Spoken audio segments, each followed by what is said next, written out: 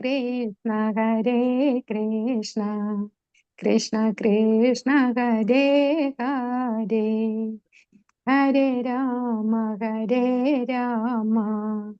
राम राम हरे हरे हरे कृष्ण कृष्ण कृष्ण हरे हरे हरे राम राम राम हरे हरे.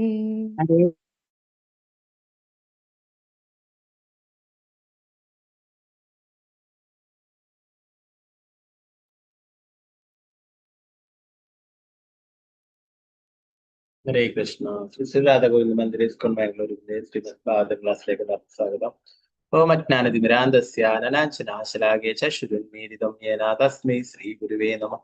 ശ്രീ ചൈതന്യമനോഭീഷ്ടം സ്ഥാപിതം യേന ഭൂതലേ സ്വയം രൂപഗതാ മഹ്യം ദദാതി സ്വപദാന്തി.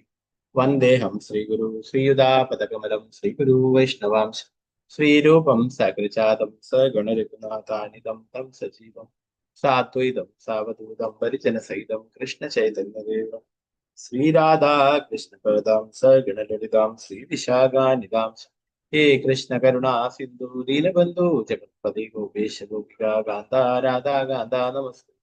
തപ്തകാഞ്ചന ഗൗരാംഗീ ശ്രീരാധേ വൃന്ദാവനേശ്വരി ഋഷഭാനുസുതേ ദേവി പ്രണമാമി ഹരിപ്രീ. വാഞ്ചാകൽപതരൂപശ്ച കൃപാ സിന്ധുഭ്യേവ ച പതിതാനാം പാവനേഭ്യോ വൈഷ്ണവേഭ്യോ നമോ നമഃ. പഞ്ചതത്വാത്മകം കൃഷ്ണം ഭക്തരൂപാസുരൂപകം ഭക്താവതാരം ഭക്താഖ്യാ നമാമി ഭക്തിശക്തികം. നിത്യാനന്ദമഹം നൗമി സർവാനന്ദകരം പരം ഹരിനാമപ്രദം ദേവം അവധൂത ശിരോമണി. നമോ മഹാവദന്യായ കൃഷ്ണ പ്രേമ പ്രദായതേ കൃഷ്ണായ കൃഷ്ണ ചൈതന്യ നാമ്നേ ഗൗരതിഷേ നമോ വിഷ്ണുപാദായ കൃഷ്ണപൃഷ്ഠായ ഭൂതലേ ശ്രീമതേ ഭക്തിവേദാന്ത സ്വാമിന്നിതി നാമേ. നമസ്തേ സരസ്വതേ ദേവേ ഗൗരവാണി പ്രചാരിണേ നിർവിശേഷ ശൂന്യവാദി പാശ്ചാത്യദേശധാരിണി. ജയ ശ്രീകൃഷ്ണ ചൈതന്യ പ്രഭു നിത്യാനന്ദ ശ്രീ അദ്വൈത ഗദാധര ശ്രീവാസാദി ഗൗരഭക്തവൃന്ദ. ഹരേ കൃഷ്ണ കൃഷ്ണ കൃഷ്ണ ഹരേ ഹരേ ഹരേ രാമ രാമ രാമ ഹരേ ഹരേ. ഗുരുവേ ഗൗരചന്ദ്രായ രാധികായ തദാരേ കൃഷ്ണായ കൃഷ്ണഭക്തായ ഭക്തായ നമഃ. പ്രഭുപാദ് വിജയ ഗുരുരാജ് ഗൗരപ്രമാനത്തെ ഹരേ ഹരേ കൃഷ്ണ. മദേക ബന്ധു മത്സംഗിൻ മദ്ഗുരു മന്മഹാദന നിഷ്ഠാരകമദ്ഭാഗ്യാമദാനന്ദ നമസ്തുതേ. ഗ്രന്ഥരായ ശ്രീമദ് ഭാഗവതം കി ജയ. ശ്രീമദ് ഭാഗവതം പഞ്ചമസ്കന്ധം 4-ാം അധ്യായം ശ്ലോകം 7.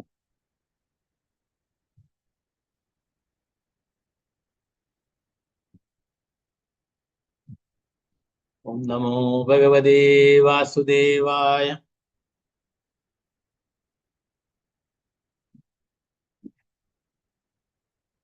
ബ്രാഹ്മണോന്യകുതോ നാഭിർവിപ്രാ മംഗളപൂജിതഃ യസ്യ ബർഹിഷി യജ്ഞേശം ദർശയാമാസുരോജസാ.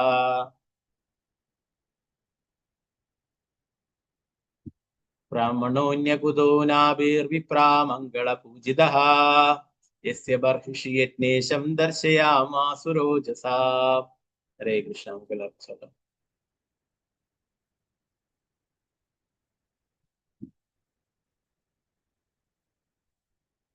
ഓം നമോ ഭഗവതേ വാസുദേവായ. ഓം നമോ ഭഗവതേ വാസുദേവായ. ബ്രഹ്മണോന്യകുതോ നാഭിർവിമംഗളപൂജിതഃ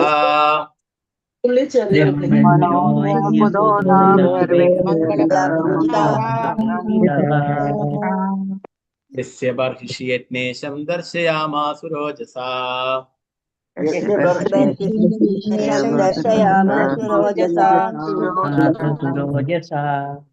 ബ്രഹ്മണോന്യകുതോ നാഭിർവിപ്രാ മംഗളപൂജിതഃ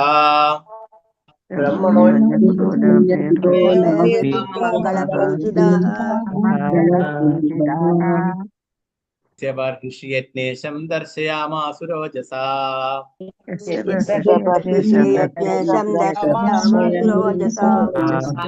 ജയ കൃഷ്ണ പ്രഭുജി. കൃഷ്ണ പ്രഭുജി. ഹരേ കൃഷ്ണ പ്രഭുജി. ഹരേ കൃഷ്ണ. യസ്യ ബർഹിഷി യജ്ഞേശം ദർശയാമാസുരോജസാ മംഗളപൂജിതാഃ. ഓക്കെ ഒരാളെ ചൊല്ലിക്കോളൂ. ഓക്കെ, ആരെങ്കിലും എന്താ അഷ്ടമി അല്ലെ, ഇന്ന് അഷ്ടമി തിഥിയ. ഓക്കെ, അപ്പോ അങ്ങനെ എന്താ പറയാ, അങ്ങനെ നവമിയൊക്കെ ആയതുകൊണ്ട് ആരെങ്കിലും അങ്ങനെ ശ്ലോകം ചൊല്ലുന്നില്ല, അങ്ങനെ എന്തെങ്കിലും സങ്കല്പം എടുത്താളെങ്കിലും ഉണ്ടെങ്കിൽ അങ്ങനെ ചൊല്ലണമെന്നില്ല. നിത്യം ഭാഗവത സേവ, എല്ലാ ദിവസവും ഭഗവാന്റെ സത്കഥകള് പാരായണം ചെയ്യാനും കേൾക്കാനും വരുന്നത്. ഓക്കെ, അപ്പോ അതുകൊണ്ട് എല്ലാവരും താല്പര്യമുള്ളവർക്കെല്ലാം ചൊല്ലാം കേട്ടോ. ഭാഗവതം എപ്പോഴും വായിക്കാം അല്ലെ. സരസ്വതി ദേവി പോലും ആരാധിക്കുന്നതാണ് ഭഗവാനെ, സരസ്വതി ദേവി പോലും സ്തുതിക്കുന്നതാണ് ഭഗവാനെ. അപ്പോ അതുകൊണ്ട് ഭഗവാൻ ഇതൊന്നും ബാധിക്കുന്നതല്ല. നമുക്കാണ് എന്താ പറയാ, കുട്ടികൾക്കും ഇതൊക്കെയാണ് വിദ്യാദേവതയൊക്കെ പൂജിച്ചിട്ട് വിദ്യയൊക്കെ നേടാനായിട്ടുള്ളത്. അപ്പൊ നമുക്ക് ഭക്തിയുള്ള ജ്ഞാനം ഒക്കെ സരസ്വതി ദേവി തന്നെയാണ് തരുവ്. എങ്കിലും ഭഗവാനെ സ്തുതിക്കുന്നത് ദേവിക്കും ഇഷ്ടമാണ്. അപ്പൊ അതുകൊണ്ട് അങ്ങനെ ഭാഗവത ക്ലാസ് എല്ലാ ദിവസവും ഉണ്ട് കേട്ടോ. അതിനങ്ങനെ മുടക്കൊന്നുമില്ല. ഹരേ കൃഷ്ണ. അപ്പൊ ശ്ലോകം ചൊല്ലാൻ താല്പര്യമുള്ളവർക്കൊക്കെ ചൊല്ലാം. ഇനി ആരെങ്കിലും അങ്ങനെ ഞങ്ങള് ഗ്രന്ഥമൊക്കെ പൂജിക്കാനായിട്ട് വെച്ചു, അതുകൊണ്ട് ചൊല്ലുന്നില്ല, അങ്ങനെ ആർക്കെങ്കിലും അങ്ങനെ അഭിപ്രായം ഉണ്ടെങ്കിൽ അവർക്ക് മാറി നിൽക്കാൻ കുഴപ്പമില്ല കേട്ടോ. ഹരേ കൃഷ്ണ.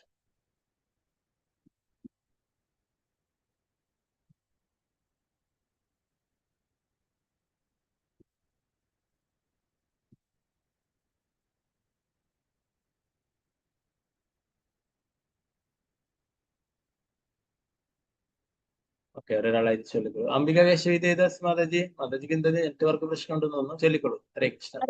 പ്രഭുജി. ഓം നമോ ഭഗവതേ വാസുദേവായ.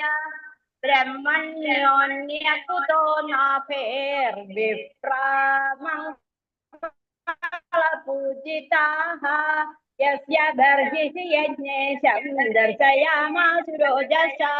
ഹരേ കൃഷ്ണ പ്രഭുജി. ഹരേ കൃഷ്ണ.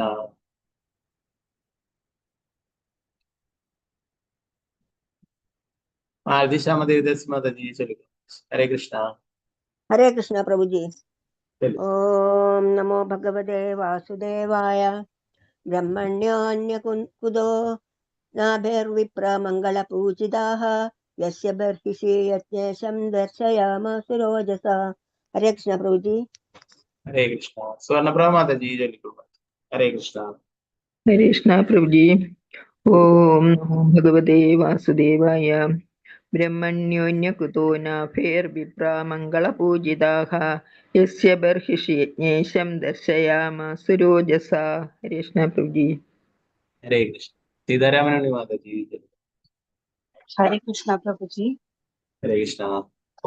ഓം നമോ ഭഗവതേ വാസുദേവായ.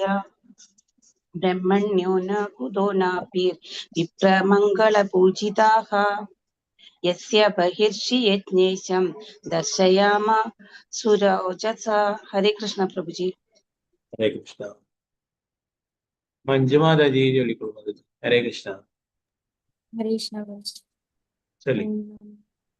ഓം നമോ ഭഗവതേ വാസുദേവായ. ബ്രഹ്മണ്യോ ന കുതോ നാഭേർവിപ്രാമംഗളപൂജിതാഃ യസ്യ ബർഹിഷി യജ്ഞേശം ദർശയാമാസുരോജസാ.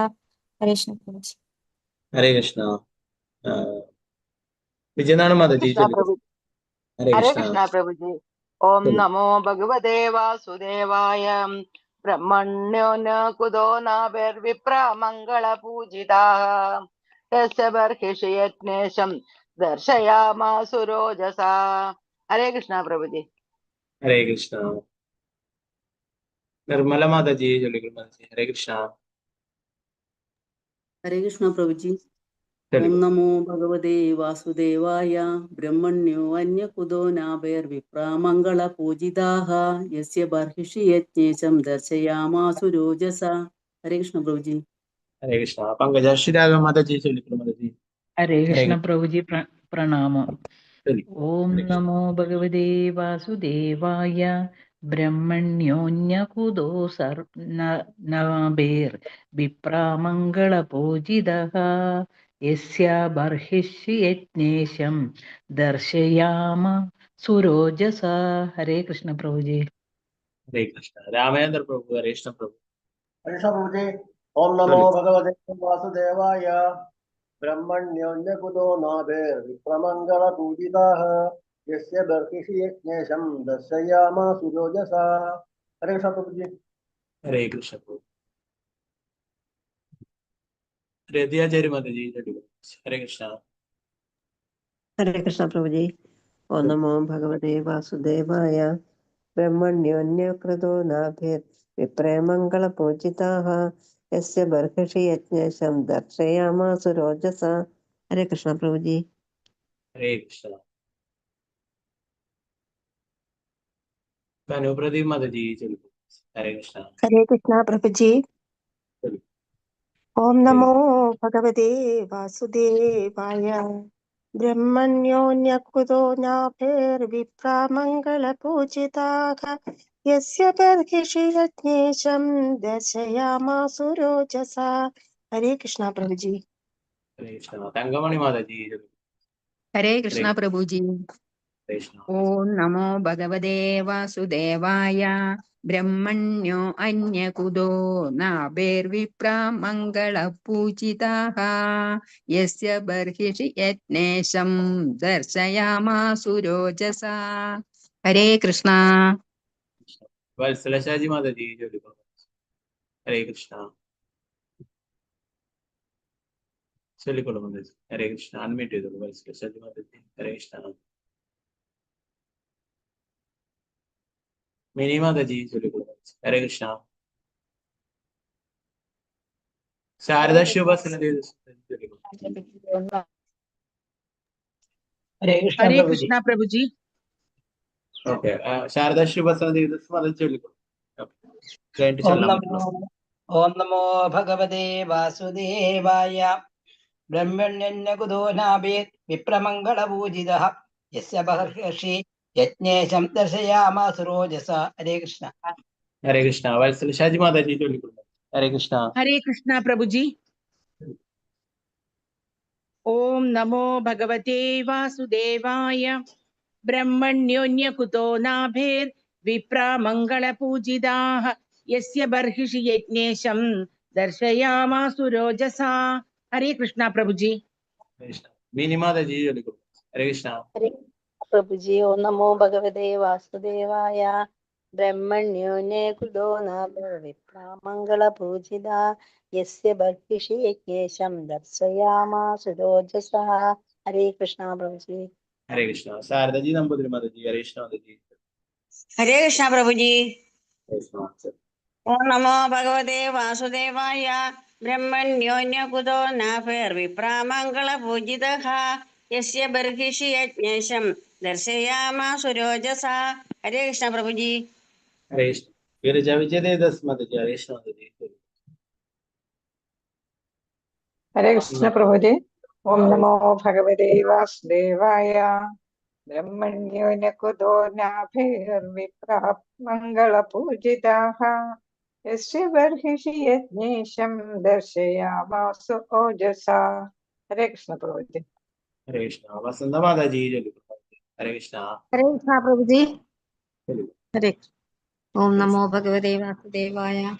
ബ്രഹ്മണ്യോന്യകുതോ നാഭേർവിപ്രമംഗളപൂജിതാഃ യസ്യ ബർഹിഷി യജ്ഞേശം ദർശയാമാ സുരോജസ. ഹരേ കൃഷ്ണ പ്രഭുജി. ഹരേ കൃഷ്ണ. അനിത മാതാജി, ചൊല്ലിക്കൊള്ളു. ഹരേ കൃഷ്ണ. ഹരേ കൃഷ്ണ പ്രഭുജി. ഓം നമോ ഭഗവതേ വാസുദേവായ. ബ്രഹ്മണ്യോന്യകുതോ നാഭേർവിപ്രമംഗളപൂജിതാഃ യസ്യ ബർഹിഷി യജ്ഞേശം ദർശയാമ സുരോജസ. ഹരേ കൃഷ്ണ പ്രഭുജി. ഹരേ കൃഷ്ണ. ശോഭ മാതാജി, ചൊല്ലിക്കൊള്ളു. ഹരേ കൃഷ്ണ പ്രഭുജി. ഓം നമോ ഭഗവതേ വാസുദേവായ. ബ്രഹ്മണ്യോന്യകുതോ നാഭേർവിപ്രമംഗള പൂജിതാഃ യസ്യ ബർഹിഷി യജ്ഞേശം ദർശയാമ സുരോജസ. ഹരേ കൃഷ്ണ പ്രഭുജി. ഹരേ കൃഷ്ണ. വത്സലായ മാതാജി ചൊല്ലുക.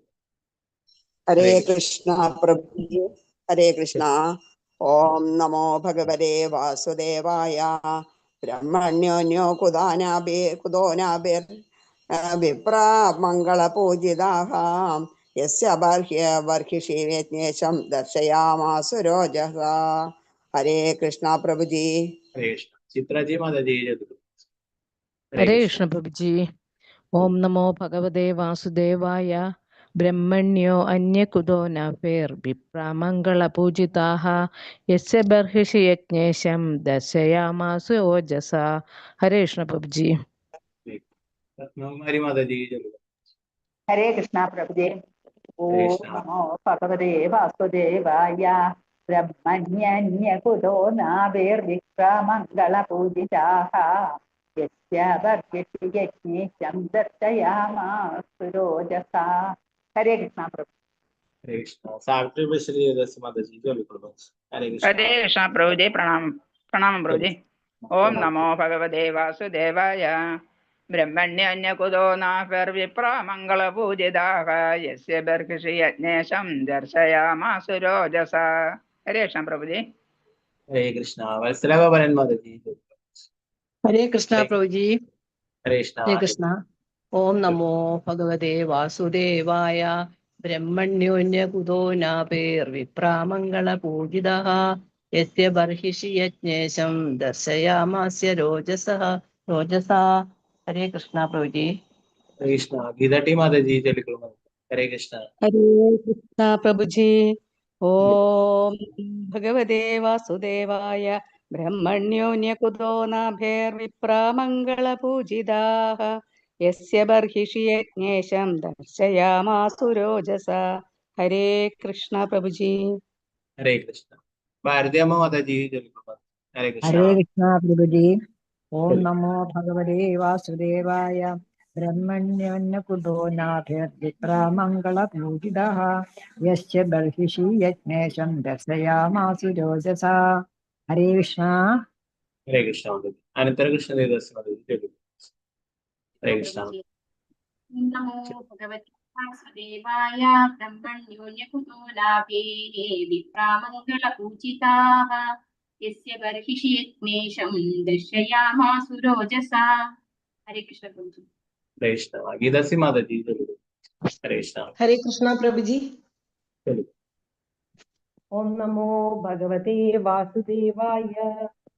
ബ്രഹ്മണ്യോന്യകുതോ നാഭിർവിപ്രമംഗളപൂജിതാഃ യസ്യ ബർഹിഷി യജ്ഞേശം ദർശയാമാസു രോജസാ. ഹരേ കൃഷ്ണ പ്രഭുജി. ഹരേ കൃഷ്ണ. ശ്രീജാജി മാതാജി ചൊല്ലുക. ഹരേ കൃഷ്ണ. ഹരേ കൃഷ്ണ പ്രഭുജി. ചൊല്ലുക. ഹരേ കൃഷ്ണ. ഓം നമോ ഭഗവതേ വാസുദേവായ. ബ്രഹ്മണ്യോന്യകുതോ നാഭിർവിപ്രമംഗളപൂജിതാഃ യസ്യ ബർഹിഷി യജ്ഞേശം ദർശയാമാസു രോജസാ. ഹരേ കൃഷ്ണ പ്രഭുജി. ഹരേ കൃഷ്ണ. ശോഭാപ്രതി മാതാജി ചൊല്ലുക. ഹരേ കൃഷ്ണ. ഹരേ കൃഷ്ണ പ്രഭുജി. ഓം നമോ ഭഗവതേ വാസുദേവായ. ബ്രഹ്മണ്യോന്യകുതോ നാഭിർവിപ്രമംഗളപൂജിതാഃ യസ്യ ബർഹിഷി യജ്ഞേശം ദർശയാമാസു രോജസാ. ഹരേ കൃഷ്ണ. ഹരേ കൃഷ്ണ. ഇതിന്റെ പ്രധാന പദാർത്ഥ വിവർത്തന ഭാവം. ബ്രഹ്മണ്യഹ ബ്രാഹ്മണരുടെ ഒരു ഭക്തൻ, അന്യഹ മറ്റേതെങ്കിലും, കുതഹ എവിടെയാണ്, നാഭിഹി നാഭി മഹാരാജാവല്ലാത്തെ, വിപ്രഹ ബ്രാഹ്മണർ, മംഗളപൂജിത ശരിയായി ആരാധിക്കപ്പെടുകയും സംതൃപ്തിപ്പെടുകയും, യസ്യ ആരുടെ, ബർഹിഷി യജ്ഞസ്ഥലത്ത്, യജ്ഞ ഈശം പരമദിവ്യപുരുഷനായ ഭഗവാൻ എല്ലാ യജ്ഞങ്ങളുടെയും ആസ്വാദകൻ, ദർശയാമാസു പ്രകടിപ്പിച്ചു, ഓജസ അവരുടെ ബ്രാഹ്മണീയ സാമർത്ഥ്യത്താൽ. വിവർത്തനം ഭാവാർത്ഥം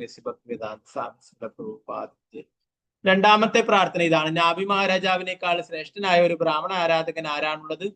അവൻ യോഗ്യരായ ബ്രാഹ്മണരെ പൂർണ്ണസംതൃപ്തനാക്കും വിധം ആരാധിച്ചതിനാൽ ബ്രാഹ്മണർ അവരുടെ ബ്രാഹ്മണീയ വീര്യത്താൽ പരമദിവ്യപുരുഷനായ ഭഗവാൻ നാരായണനെ മഹാരാജാവ് നാഭിക്ക് പേരിൽ കാണിച്ചു കൊടുത്തു. നേരത്തെ പറഞ്ഞാലേ ബ്രാഹ്മണർ രണ്ട് പ്രാർത്ഥനകൾ നാഭി മഹാരാജാവിനെ സ്തുതിച്ച് ചൊല്ലാറുണ്ട് എന്നുള്ളത്. അദ്ദേഹത്തിന്റെ മഹത്വത്തെ കുറിച്ചിട്ട് പറയാറുണ്ട്. അതിൽ നേരത്തെ 6ാമത്തെ ശ്ലോകത്തിൽ ഒന്നെടുത്തപ്പോൾ 7ാമത്തെ ശ്ലോകത്തിൽ പറയുന്നത് നാഭി മഹാരാജാവിനേക്കാളും ശ്രേഷ്ഠനായിട്ടുള്ള ഒരു ബ്രാഹ്മണ ആരാധകൻ ആരാണ്? ഒരു ബ്രാഹ്മണരെ ആരാധിച്ചിരുന്നു, അല്ലെ? അവരെ സംതൃപ്തരാക്കിയിരുന്നു. അതുകൊണ്ട് അവരുടെ ശക്തി കൊണ്ട്, അവരുടെ ആ സ്തുതികൾ കൊണ്ട്, പ്രാർത്ഥനകൾ കൊണ്ട് ഭഗവാൻ അവിടേക്ക് പ്രത്യക്ഷപ്പെടുകയുണ്ടായി, അല്ലെ? ഭാവാർത്ഥം നമുക്ക് നോക്കാം. ഭാവാർത്ഥം എസ് ഭക്തിവേദാന്ത സ്വാമി ശ്രീല പ്രഭുപാദ്. യജ്ഞത്തിൽ മുഴുകിയിരുന്ന പുരോഹിത ബ്രാഹ്മണർ വെറും സാധാരണ ബ്രാഹ്മണരായിരുന്നില്ല. അവർ അത്രയ്ക്ക് ശക്തരായിരുന്നതിനാൽ അവർക്ക് തങ്ങളുടെ പ്രാർത്ഥനകളിലൂടെ പരമദിവ്യോത്ത കൃഷ്ണനായ ഭഗവാനെ വിളിച്ചു വരുത്തുവാൻ കഴിയും. അങ്ങനെ നാഭി മഹാരാജാവിന് ഭഗവാനെ മുഖാമുഖം കാണാൻ സാധിച്ചു. വൈഷ്ണവനല്ലാത്ത ഒരുവന് ഈ പരമദിവ്യോത്ത കൃഷ്ണനായ ഭഗവാനെ ക്ഷണിക്കാനാവില്ല. വൈഷ്ണവനല്ലാത്ത ഒരുവന്റെ ക്ഷണം പരമദിവ്യോത്ത കൃഷ്ണനായ ഭഗവാൻ സ്വീകരിക്കില്ല. അതിനാൽ പത്മപുരാണത്തിൽ പറഞ്ഞിരിക്കുന്നു, സത്കർമ്മ നിപുണോ വിപ്രോ മന്ത്രതന്ത്ര വിശാരദ അവൈഷ്ണവോ ഗുരുർന സ്യാത് വൈഷ്ണവ സ്വപജോ ഗുരുഃ. സത്കർമ്മ നിപുണോ വിപ്രോ മന്ത്രതന്ത്ര വിശാരദ അവൈഷ്ണവോ ഗുരുർന സ്യാത് വൈഷ്ണവ സ്വപജോ ഗുരുഃ. വൈദിക വിജ്ഞാനത്തിൽ എല്ലാ വിഷയങ്ങളിലും വിദഗ്ധനായ പണ്ഡിത ബ്രാഹ്മണനായാൽ പോലും അവനൊരു വൈഷ്ണവനല്ലെങ്കിൽ ആധ്യാത്മിക ഗുരുവാകാൻ യോഗ്യനല്ല. പക്ഷെ താഴ്ന്ന കുടുംബത്തിൽ ജനിച്ച ഒരുവൻ അവനൊരു വൈഷ്ണവനാകുന്ന പക്ഷം ആധ്യാത്മിക ഗുരുവായി തീരാം. വൈദിക മന്ത്രങ്ങൾ ഉരുവിടുന്നതിൽ ബ്രാഹ്മണർ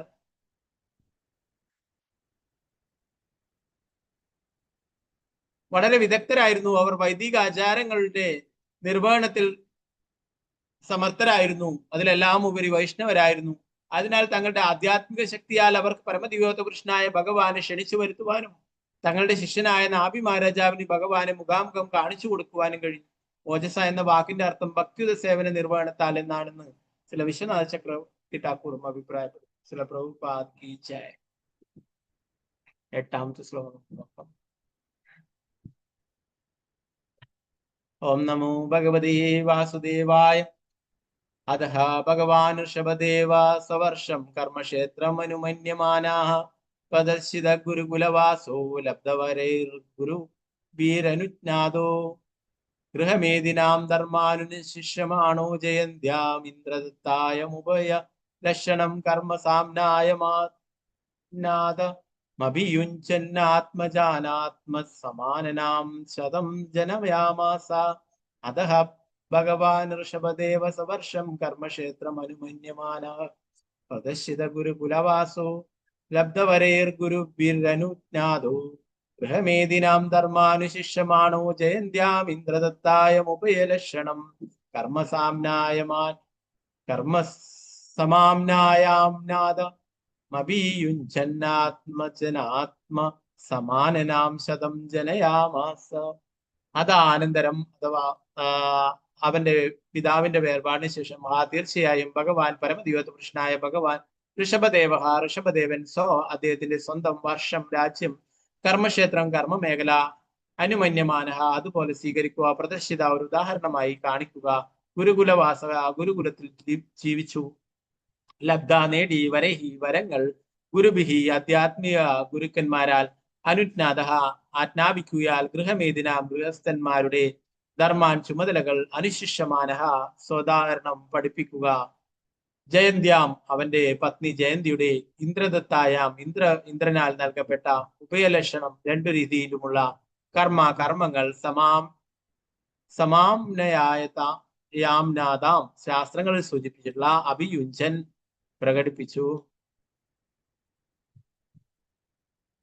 പ്രകടിപ്പിക്കുക, ആത്മജാനാം പുത്രന്മാർ, ആത്മസമാനനാം ശരിക്കും അദ്ദേഹത്തെ പോലെ 100 ജനയാമസ ജന്മം നൽകി.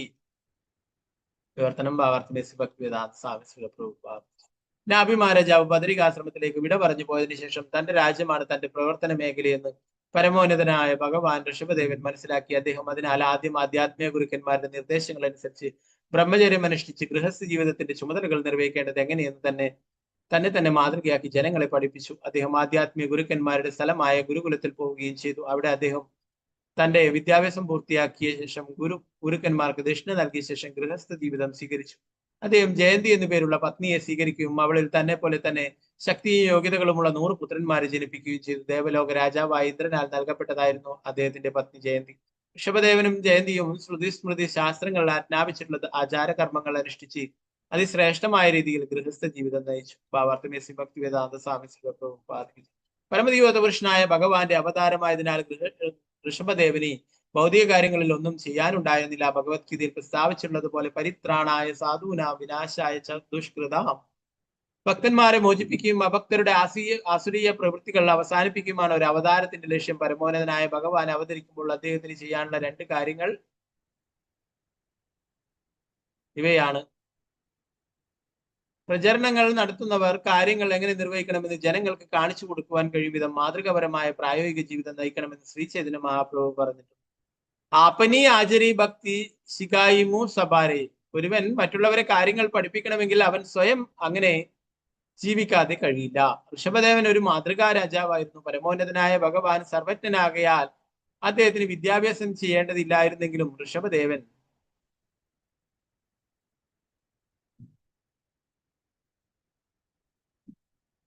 ഗുരുകുല വിദ്യാഭ്യാസം സ്വീകരിച്ചു. ഋഷഭദേവന് ഗുരുകുലത്തിൽ നിന്നും ഒന്നും പഠിക്കാനുണ്ടായിരുന്നില്ലെങ്കിലും വൈദിക വിദ്യാഭ്യാസത്തിന്റെ ശരിയായ സ്രോതസ്സുകളായ ആചാര്യന്മാരിൽ നിന്നും വിദ്യ എങ്ങനെയാണ് സ്വീകരിക്കേണ്ടത് ജനങ്ങളെ കാണിച്ചു കൊടുക്കുവാൻ അദ്ദേഹം ഗുരുകുലത്തിൽ പോയി. അദ്ദേഹം പിന്നീട് ഗൃഹസ്ഥ ജീവിതത്തിൽ പ്രവേശിക്കുകയും വൈദിക വിജ്ഞാനമായ ശ്രുതിയുടെയും സ്മൃതിയുടെയും തത്വങ്ങളുടെ അടിസ്ഥാനത്തിൽ ജീവിക്കുകയും ചെയ്തു.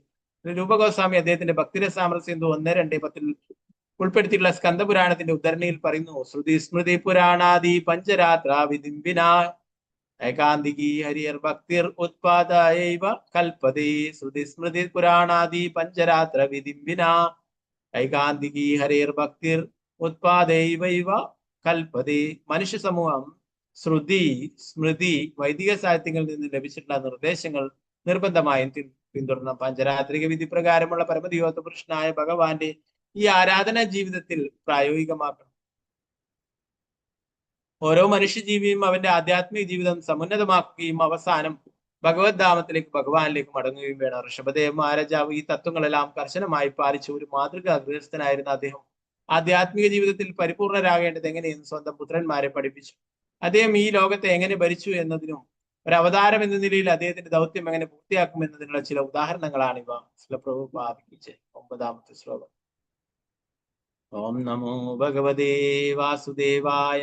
യേഷാംഗലു മഹായോഗി ഭരതോ ജ്യേഷ്ഠ ശ്രേഷ്ഠ ഗുണാസീത് യേനേദം വർഷം ഭാരതമിതി വ്യപതിശന്തി.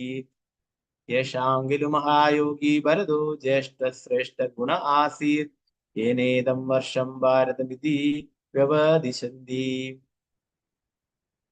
നേരത്തെ ആരെ കൈകെട്ടിട്ടുണ്ടായിരുന്നു? രമണി മാതാജി ചൊല്ലിക്കൊള്ളു. ഹരേ കൃഷ്ണ. ചൊല്ലിക്കൊള്ളു മാതാജി. ഹരേ കൃഷ്ണ. അൺമ്യൂട്ട് ചെയ്തോളൂ. ഹരേ കൃഷ്ണ പ്രഭുജി. ഹരേ കൃഷ്ണ. ഓം നമോ ഭഗവതേ വാസുദേവായ. യേഷാം ഖലു മഹായോഗി ഭരതോ ജ്യേഷ്ഠ ശ്രേഷ്ഠ ഗുണ ആസീത് ഏനേദം വർഷ ഭാരതമിതി വ്യാപരിശന്തി. ഹരേ കൃഷ്ണ. ഹരേ കൃഷ്ണ. നമുക്ക് ഇതിന്റെ പ്രധാന പദാർത്ഥങ്ങൾ കേൾക്കുന്നത്. യേശാമാരുടെ ഗുരു തീർച്ചയായും മഹായോഗി വളരെ ഉന്നതനായ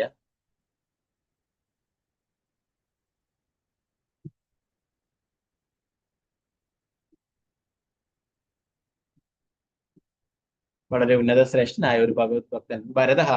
ഭരതൻ ജ്യേഷ്ഠ ഏറ്റവും മുതിർന്ന ശ്രേഷ്ഠ ഗുണ ശ്രേഷ്ഠ സവിശേഷതകളോടെ യോഗ്യത നേടിയ ആസീത് ആയിരുന്നു. ഏന ആരാൽ ഇതം ഇത് വർഷം ഗ്രഹം ഭാരതം ഇത് അപ്രകാരം വ്യപതിശന്തി ജനങ്ങൾ വിളിക്കുന്നു. വേത്തനം ഭാവാർത്ഥം ഭക്തിവേദാന്ത സ്വാമി പ്രഭുപാദിക്ക് ജയം. ഋഷഭദേവന്റെ 100 പുത്രന്മാരിലെ ഏറ്റവും മൂത്തവനായിരുന്ന ഭരതൻ സവിശേഷ യോഗ്യതകളുള്ള മഹാനതനായ ഒരു ഭക്തനായിരുന്നു. അവന്റെ ബഹുമതിയാൽ ഈ ഗ്രഹം ഭാരതവർഷം എന്ന് അറിയപ്പെട്ടു. ഭാവാർത്ഥം ഭക്തിവേദാന്ത സ്വാമി പ്രഭുപാദ്. ഭാരതവർഷം എന്നറിയപ്പെട്ടിരുന്ന ഈ ഗ്രഹം പുണ്യഭൂമി, ഈശ്വരഭക്തിയുള്ളവരുടെ ഭൂമി എന്നും വിളിക്കപ്പെട്ടിരുന്നു. ഇന്ന് ഭാരതഭൂമി അഥവാ ഭാരതവർഷം ഹിമാലയം മുതൽ കന്യാകുമാരി വരെയുള്ള ചെറിയ ഭൂപ്രദേശം മാത്രമാണ്. ചില സമയങ്ങളിൽ ഈ അർദ്ധദ്വീപ് പുണ്യഭൂമി എന്നും വിളിക്കപ്പെടുന്നു. ശ്രീ ചൈതന്യ മഹാപ്രഭു ഈ ഭൂമിയിലെ ജനങ്ങൾക്ക് പ്രത്യേക പ്രാധാന്യം നൽകിയിരുന്നു. ഭാരതഭൂമി ദേഹൈല മനുഷ്യ ജന്മയാര ജന്മസാർത്ഥകരി കര പരോപകാര. ഭാരതഭൂമി ദേഹൈല മനുഷ്യ ജന്മയാര ജന്മസാർത്ഥകരി കര പര ഉപകാര. ഈ ഭാരതവർഷത്തിൽ അഥവാ ഇന്ത്യയിൽ മനുഷ്യനായി ജനിക്കുന്ന ഒരുവന്റെ ജീവിതം വിജയപൂർണമാവുകയും അവൻ മറ്റുള്ളവരുടെ പ്രയോജനത്തിന് വേണ്ടി ചെയ്യും. ചൈതന്യ ചരിതാമൃതം ആദിലീല 30:41 പറയുന്നു. ഈ ഭൂഖണ്ഡത്തിൽ വസിക്കുന്നവർ വളരെ ഭാഗ്യവാന്മാരാണ്. അവർക്ക് ഈ കൃഷ്ണാബോധ പ്രസ്ഥാനം സ്വീകരിച്ച് അവരുടെ അസ്തിത്വം പരിശുദ്ധമാക്കാനും ഭാരതഭൂമിക്ക് പുറത്തുപോയി ലോകം മുഴുവനുള്ള ജനങ്ങളുടെ നന്മയ്ക്ക് വേണ്ടി ഈ സമ്പ്രദായത്തെ കുറിച്ച് പ്രചരിപ്പിക്കുവാനും കഴിയും. ഇപ്പൊ ഭാരതം എന്ന് പറയുന്നത് ഭരത മഹാരാജാവിനാൽ ഭരിക്കപ്പെട്ടിട്ടുള്ള രാജ്യമായതുകൊണ്ട് അല്ലെ ഭാരതവർഷം എന്ന് പറയപ്പെട്ടിരുന്നവർ ആണ്. ഋഷഭദേവന്റെ മൂത്ത പുത്രനാണ് ഭരതൻ എന്ന് പറയുന്നത്. രാമായണത്തിലെ ഭരതനല്ല അല്ലെ, ഇത് വേറെ ഭരതനാണ്. അപ്പോ അതുകൊണ്ട് ഭാരതവർഷം എന്ന് ഭാരതം എന്ന് വിളിക്കപ്പെടുന്നു അല്ലെ. എന്നാൽ ഇന്ന് അതൊക്കെ മാറിയിട്ട് ഇന്ത്യ എന്നാക്കി അല്ലെ. അത് ബ്രിട്ടീഷുകാർ നൽകിയിട്ടുള്ള പേരാണ് ഇന്ത്യ എന്നുള്ളത്. യഥാർത്ഥത്തിൽ നമ്മുടെ പുണ്യഭൂമിയുടെ പേര് ഭാരതം എന്നായിരുന്നു. ഇതിന്റെ അതിർത്തികൾ ഇന്ന് കാണുന്ന പോലെയുള്ളതല്ല അല്ലെ. എല്ലാം അയൽ രാജ്യങ്ങളൊക്കെ ഉൾപ്പെട്ടിട്ടുള്ളതായിരുന്നു ഭാരതവർഷം. അടുത്ത സ്ഥലങ്ങളായിട്ടുണ്ട് അല്ലെ. ഇതൊക്കെ വിഭജിച്ചിട്ട് വേറെ വേറെ ആയിട്ട് പോയിട്ടുള്ളത്. മറ്റുള്ള അടുത്തുള്ള സ്ഥലങ്ങളായിട്ടുള്ള പാകിസ്ഥാനും അഫ്ഗാനിസ്ഥാനും നേപ്പാളും മറ്റുള്ള രാജ്യങ്ങളൊക്കെ ഉൾപ്പെട്ടിട്ടുള്ളതായിരുന്നു ഇത് അല്ലെ. നേരത്തെ പറഞ്ഞു ജംബുദ്വീപിലെ അല്ലെ ഭാരതവർഷം എന്നറിയപ്പെടുന്നത് ഇതൊക്കെ ഉൾപ്പെട്ടില്ല. എന്നാൽ ഇതൊക്കെ വിഭജിച്ച് ചെറിയ ഭാഗങ്ങളായിട്ട് പോവുകയും അല്ലെ ഭാരതം എന്ന് പറയുന്നത് ചെറിയൊരു ഭാഗമായിട്ട് മാറുകയും ചെയ്തു. അതിൽ പറയുന്നത് ഇന്ന് കാണുന്ന രീതിയിലുള്ളതല്ല യഥാർത്ഥത്തിൽ ഇതിന്റെ പഴയ കാലങ്ങളിൽ ഭരത മഹാരാജാവ് ഭരിച്ചിരുന്ന രാജ്യം എന്ന് പറയും. അപ്പൊ ഇന്ന് നമുക്ക് കാണാം പല ലീലകള് ശ്രീ ചൈതന്യ മഹാപ്രഭുവിന്റെ ലീലകൾ നടത്തുന്ന സ്ഥലങ്ങളും ഒക്കെ ബംഗ്ലാദേശിലാണ്, വേറെ രാജ്യത്തിലേക്കായി അല്ലെ. അപ്പോ അതൊക്കെ ഇവിടുന്ന് വിഭജിച്ചിട്ട് പോയിട്ടുള്ളതാണ്. ഇപ്പോഴും ഭക്തന്മാരൊക്കെ ബംഗ്ലാദേശിലൊക്കെ പോയിട്ട് അങ്ങനെയുള്ള ചൈതന്യ മഹാപ്രഭുവിന്റെ ലീലകൾ നടന്നിട്ടുള്ള പല സ്ഥലങ്ങളും ചൈതന്യ മഹാപ്രഭുവിന്റെ ധാരാളം ഭക്തന്മാർ അവരൊക്കെ അവിടെ ഉണ്ടായിരുന്നതാണ്. അപ്പോ ഇത് വിവിധ രാജ്യങ്ങളായി വിഭജിച്ചപ്പോൾ ഇവരൊക്കെ വേറെ രാജ്യങ്ങളിലേക്കായിട്ട് മാറി. ഓക്കെ, അപ്പൊ ശ്രീ ചൈതന്യ മഹാപ്രഭു പറയുന്ന ചൈതന്യ ചരിതാമൃതത്തിൽ പറയുന്നു, ഭാരതഭൂമിയിൽ ജനിച്ചവരൊക്കെ കൃഷ്ണാബോധം പരിശീലിക്കുകയും അവർ മറ്റുള്ളവർക്കും കൃഷ്ണാബോധം നൽകുകയും വേണം. അതാണ് യഥാർത്ഥത്തിൽ ജനങ്ങൾക്ക് നൽകാൻ സാധിക്കുന്ന പരോപകാരം എന്ന് പറയുന്നത്.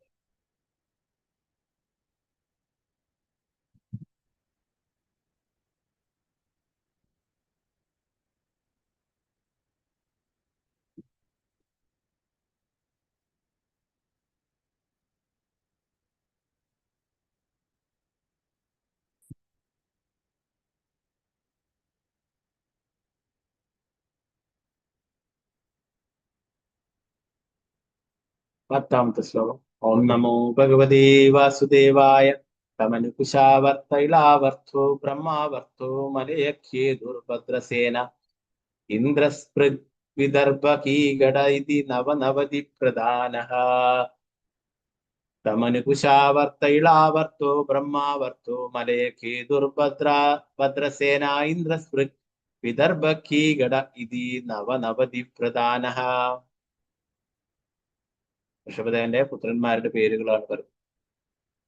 ഭരതനെ തുടർന്ന് 99 പുത്രന്മാർ കൂടിയുണ്ട്. അവരിൽ മുതിർന്ന 9 പേർ ഇവരാണ്: കുശാവർത്തൻ, ഇളാവർത്തൻ, ബ്രഹ്മാവർത്തൻ, മലയൻ, കേതു, ഭദ്രസേനൻ, ഇന്ദ്രസ്പൃഗ്, വിദർഭൻ, കീകടൻ.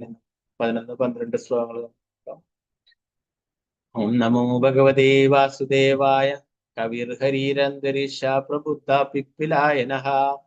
ആവിർഹോത്രോദ്രുമിളശമസ കരഭാജനഃ ഇതി ഭാഗവത ധർമ്മദർശന നവമഹാഭാഗവതാസ്തേഷാം സുചരിതം ഭഗവൻ ഹിമോപഗൃംഹിതം വസുദേവ നാരദ സംവാദം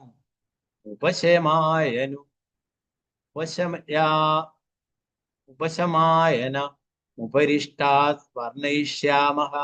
കവിർഹരീരന്തരിഷ പ്രബുദ്ധ പിപ്പലായനഃ ആവിർഹോത്രോദ്രുമിളശമസ കരഭാജനഃ ഇതി ഭാഗവത ധർമ്മദർശന നവ മഹാഭാഗവതസ്തേഷാം സുചരിതം ഭഗവൻ ഹിമോപബൃംഹിതം വസുദേവ നാരദ സംവാദം ഉപശമായനം ഉപരിഷ്ടാത് വർണ്ണയിഷ്യാമഃ.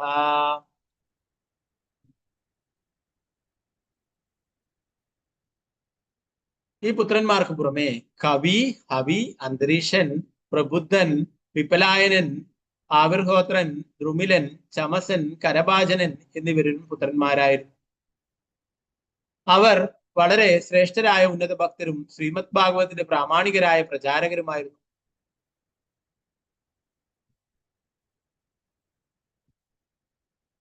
വാസുദേവനോട് പരമദിവ്യപുരുഷനായ ഭഗവാനോടുള്ള തീവ്രഭക്തി മൂലം ഈ ഭക്തന്മാർ പുകഴ്ത്തപ്പെട്ടിരുന്നു. മനസ്സിനെ പൂർണ്ണമായും സംതൃപ്തമാക്കുന്നതിന് ഞാൻ അഥവാ ശുകദേവ ഗോസ്വാമി ഈ 9 പേരുടെയും സവിശേഷതകൾ പിന്നീട് വസുദേവനും നാരദനും തമ്മിൽ നടന്ന സംവാദം വിവരിക്കുമ്പോൾ സ്പഷ്ടമാക്കാം. ശുകദേവ ഗോസ്വാമി പറയുന്നതാണ്, ഞാൻ ഇനി ഇവരെ കുറിച്ചിട്ട് കൂടുതലായിട്ട് ഈ 9 പേരും ആരാണ്? മഹാഭാഗവതരാണെന്ന് പറയുന്നു. അല്ലെ, ഇത് പറഞ്ഞു, മഹാഭാഗവതരാണ്, ഭഗവാന്റെ പരിശുദ്ധ ഭക്തന്മാരാണ്. അവരെ കുറിച്ചിട്ട് ഞാൻ പിന്നീട് നിനക്ക് വിശദമായിട്ട് പറഞ്ഞു തരാം. ഉന്നതമായിട്ടുള്ള ഭക്തന്മാരാണ് ഇവിടെ പറയുന്നത്. നവ മഹാഭാഗവതസ്തേഷാം, അവരൊക്കെ മഹാഭാഗവതരായിട്ടുള്ളവരാണ്. അവരുടെ ചരിതങ്ങൾ ഞാൻ പിന്നീട് വിശദീകരിക്കാം എന്ന് പറയുന്നു. ഇനി 11ാം സ്കന്ധത്തിൽ ഇതിനെ കുറിച്ചിട്ടൊക്കെ പറയുന്നുണ്ട്. ഈ ഇവരുടെ ലീലകളെ കുറിച്ചിട്ടൊക്കെ കരഭാജന മുനിയുടെ സംഭാഷണങ്ങളൊക്കെ ധാരാളമായിട്ടുണ്ട് അല്ലെ. അതിൽ തന്നെ പ്രധാനമായിട്ടുള്ള ഒരു ശ്ലോകമാണ് നമ്മൾ കൃഷ്ണവർണം ദിശാകൃഷ്ണോ സംഗോപാങ്കാർ സുഭാഷിതം ഇതൊക്കെ പറഞ്ഞത്. അതൊക്കെ 11ാം സ്കന്ധത്തില് വരുന്നുണ്ട്. അത് വിശദമായിട്ട് വർണ്ണിക്കാമെന്ന് ഇവിടെ ശുകദേവ ഗോസ്വാമി പറഞ്ഞു, പരീക്ഷിത് മഹാരാജാവിനോട് പറഞ്ഞത്. ഇതിൽ ഓരോ പേരുകളൊക്കെ നമ്മൾ പലപ്പോഴും കേട്ടിട്ടുണ്ടാവും. പിപ്പലായനൻ എന്നൊക്കെ ഉള്ളത് അല്ലെ, പലപ്പോഴും അതിൽ പലപ്പോഴും പറയുന്നത്. കരഭാജന മുനി, ഇതൊക്കെ പലപ്പോഴും കേൾക്കാറുള്ള പേരുകളാണ്. ഓക്കെ, പിന്നീട് 13ാമത്തെ ശ്ലോകം അത് നോക്കാം. ഓം നമോ ഭഗവതേ വാസുദേവായ യവീയാം സ ഏകാശീ ദീർണായന്തേദയാ വിദുരാദേശകരാ മഹാശാലീന മഹാശ്രോത്രിയ യജ്ഞശീല കർമ്മ വിശുദ്ധ ബ്രാഹ്മണ ബഭൂഹു. യവീയാം സ ഏകാശീ ദീർണായന്തേയാ വിദുരാദേശകരാ മഹാശാലീന മഹാശ്രോത്രിയ യജ്ഞശീല കർമ്മ വിശുദ്ധ ബ്രാഹ്മണ ബഭൂഹു. ഋഷഭദേവനും ജയന്തിക്കും മുകളിൽ പറഞ്ഞ 19 പുത്രന്മാർക്ക് പുറമെ 81 ഇളയ പുത്രന്മാർ കൂടിയുണ്ട്.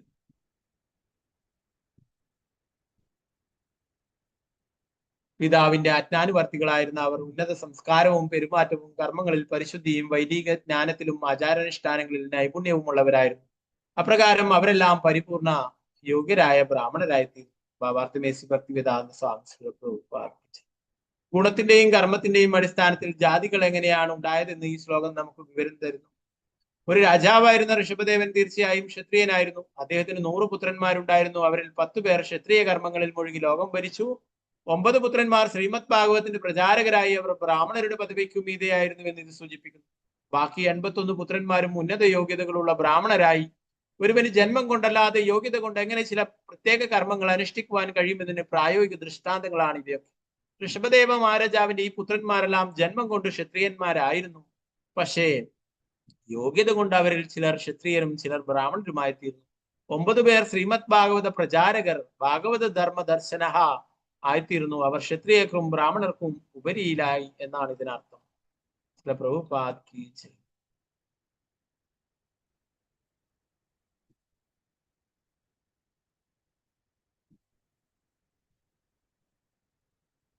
പതിനാലാമത്തെ ശ്ലോകം. ഓം നമോ ഭഗവതേ വാസുദേവായ. ഇതൊക്കെ 2 വരിയിലൊക്കെ ആയിട്ടാണ് അത് ചൊല്ലാനൊക്കെ, 2 പേജുകളിലൊക്കെ ആയിട്ടാണ് ശ്ലോകം ചൊല്ലാനൊക്കെ ബുദ്ധിമുട്ടാണ്. അതുകൊണ്ടാണ് ഞാൻ അത്. ഓം നമോ ഭഗവതേ വാസുദേവായ.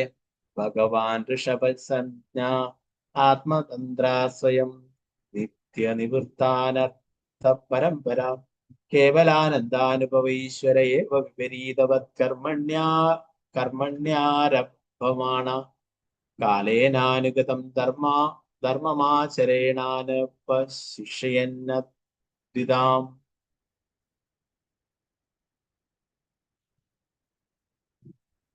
സമ ഉപശാന്തോ മൈത്രകാരുണികോ ധർമാർത്ഥയ യശ പ്രജാനന്ദാമൃതവരോധന ഗൃഹേഷു ലോകം നിയമയത്.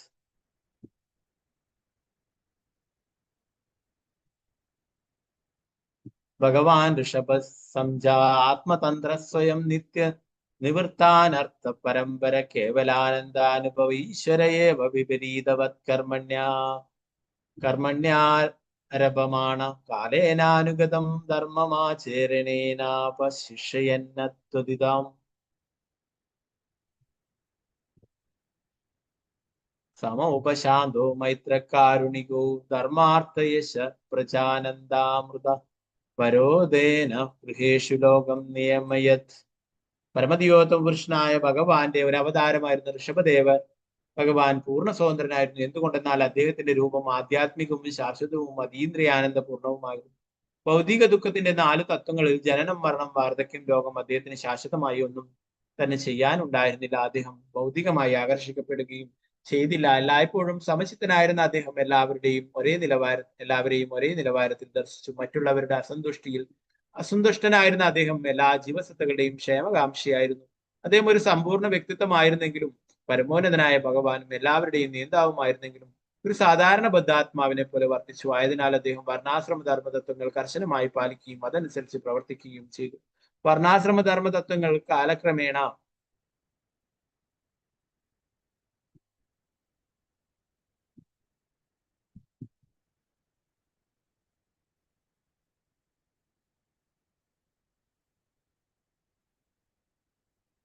കാലക്രമേണ അജ്ഞരായ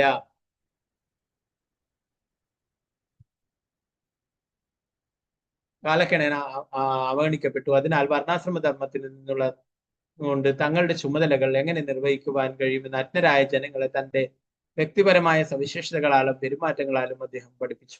ഈ രീതിയിൽ ധാർമ്മികവും സാമ്പത്തികവുമായ ഉന്നമനവും കീർത്തിയും നേടാനും പുത്രിമാരോടും ഭൗതിക സന്തോഷം അനുഭവിക്കുവാനും അവസാനം ശാശ്വത ജീവിതം ലഭിക്കാനും കഴിയും വിധം അദ്ദേഹം ജനങ്ങളുടെ ഗൃഹസ്ഥ ജീവിതം ക്രമീകരിച്ചു. വർണ്ണാശ്രമ ധർമ്മം പാലിച്ചുകൊണ്ട് ഗൃഹസ്ഥ ജീവിതം നയിക്കാൻ എങ്ങനെ സാധിക്കുമെന്ന് സ്വന്തം നിർദ്ദേശങ്ങളിലൂടെ അദ്ദേഹം ജനങ്ങൾക്ക് ബോധ്യമാക്കി കൊടുത്തു. അപരിപൂർണരായ ബദ്ധാത്മാക്കൾക്ക് വേണ്ടി ഉദ്ദേശിക്കപ്പെട്ടുള്ളതാണ് വർണ്ണാശ്രമ ധർമ്മം. ഭഗവത് ധാമത്തിലേക്ക് ഭഗവാനിലേക്ക് മടങ്ങിപ്പോകാൻ കഴിയും വിധം ആധ്യാത്മികമായി ഉന്നതി നേടാൻ അത് അവരെ പരിശീലിപ്പിക്കുന്നു. ജീവിതത്തിന്റെ പരമോദൽ ലക്ഷ്യം അറിയാൻ കഴിയാത്തൊരു മനുഷ്യ സമൂഹം മൃഗസമൂഹത്തെക്കാൾ ഒട്ടും ശ്രേഷ്ഠമല്ല. ശ്രീമദ് ഭാഗവത്തിൽ പ്രസ്താവിച്ചിട്ടുള്ളതുപോലെ അതേ വിദുസ്വാർത്ഥ ഗതിം ഹി വിഷ്ണു. മനുഷ്യ സമൂഹം ആധ്യാത്മിക ജ്ഞാനത്തിൽ ഔന്നിത്യം പ്രാപിക്കുവാൻ ലക്ഷ്യമിട്ടിട്ടുള്ളതാണ്. അതിലൂടെ എല്ലാ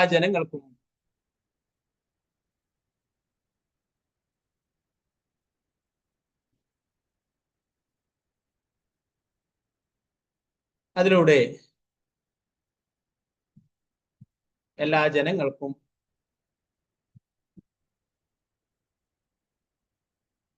ജനനം, മരണം, വാർദ്ധക്യം, രോഗം എന്നിവകളുടെ കുരുക്കുകളിൽ നിന്നും സ്വതന്ത്രരാകാൻ കഴിയും. വർണ്ണാശ്രമധർമ്മം മായയുടെ ബന്ധനത്തിൽ നിന്നും പൂർണ്ണമായി വിടുതൽ നേടാൻ മനുഷ്യ സമൂഹത്തെ പ്രാപ്തമാക്കുന്നു. ആ ധർമ്മം പാലിക്കുന്ന ഒരുവന്റെ ജീവിതം പരിപൂർണ വിജയം നേടുന്നു. ഇത് സംബന്ധിച്ച് ശ്രീമദ് ഭഗവത്ഗീത 3, 21, 24 ശ്ലോകങ്ങളിൽ പരിശോധിക്കുക. പ്രഭുപാദിപ്പിച്ച്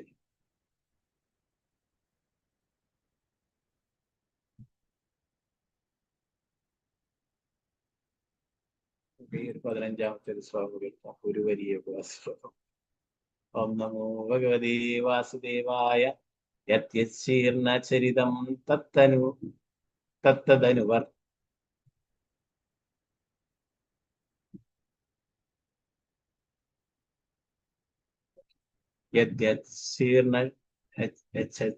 യത്യശീർഷണ്യചരിതം തത്തതനുവർത്തതേ ലോകഃ. യത്യശീർഷണ്യചരിതം തത്തതനുവർത്തതേ ലോകഃ.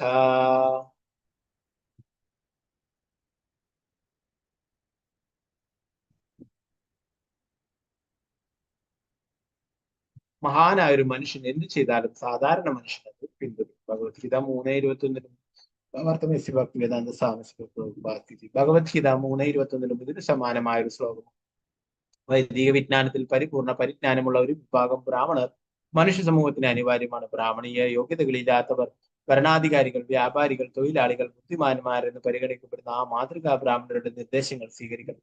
ഈ രീതിയിൽ എല്ലാവർക്കും അത്യുന്നത അതീന്ദ്രിയ പദവിയിലേക്ക് ഉയരുവാനും ഭൗതികാകർഷണങ്ങളിൽ നിന്ന് മോചിതരാകാനും പോയി. ഭൗതിക ലോകത്തെ പറ്റി ദുഃഖാലയം ശാശ്വതം എന്ന് ദുഃഖത്തിന്റെ ഒരു താൽക്കാലിക സ്ഥലമാണ് ശ്രീകൃഷ്ണ ഭഗവാൻ സ്വയം പറഞ്ഞു.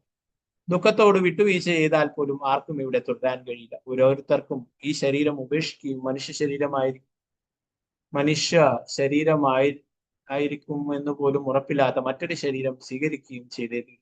ഒരു ഭൗതിക ശരീരം ലഭിച്ചാലുടൻ അവൻ ദേഹഭൃത് അഥവാ ദേഹിയായി തീരുന്നു. മറ്റു വാക്കുകളിൽ പറഞ്ഞാൽ അവൻ എല്ലാ ഭൗതിക ബന്ധതകൾക്കും വിഷയീഭവിക്കുന്നു. തങ്ങളെ പിന്തുടരുന്നതോടെ ഒരുവന് ഭൗതികാസ്ത്രന്റെ കുരുക്കുകളിൽ നിന്നും മോചനം ലഭിക്കത്തക്ക വിധം മാതൃകാ പുരുഷന്മാരായിരിക്കണം സാമൂഹിക നേതാക്കൾ. നാരായണ നമസ്കൃത്യ നരം ചൈവ നരോത്തമം ദേവീം സരസ്വതിം വ്യാസം തതോ ജയമുദ്രേ നഷ്ടപ്രായേഷു ഭദ്രേഷു നിത്യം ഭാഗവത സേവയാ ഭഗവതി ഉത്തമ ശ്ലോകേ ഭക്തിർഭവതി നൈഷ്ഠികേ മൂകം കരോതി വാചാലം പങ്കും ലംഘയതി ഗിരിം യത്കൃപാതമഹം വന്ദേ ശ്രീഗുരു ദീനധാരിണം പരമാനന്ദ മാധവം ശ്രീ ചൈതന്യേശ്വരം. നമോ വിഷ്ണുപാദായ കൃഷ്ണപൃഷ്ഠായ ഭൂതലേ ശ്രീമതേ ഭക്തിവേദാന്ത സ്വാമിന്നിധി നാമിനി നമസ്തേ സരസ്വതീ ദേവി ഗൗരവാണി പ്രചാരണേ നിർവിശേഷ ശൂന്യവാദിഭാഷാതിദേശധാര ജയ ശ്രീകൃഷ്ണ ചൈതന്യ പ്രഭു നിത്യാനന്ദ ശ്രീ അദ്വൈത ഗദാധര ശ്രീവാസാദി ഗൗരഭക്തവൃന്ദ. ഹരേ കൃഷ്ണ കൃഷ്ണ കൃഷ്ണ ഹരേ ഹരേ ഹരേ രാമ രാമ രാമ ഹരേ ഹരേ. ഗുരുവേ ഗൗരിചന്ദ്രായ രാധികായ ദദാലേ കൃഷ്ണായ കൃഷ്ണഭക്തായ ഭക്തായ.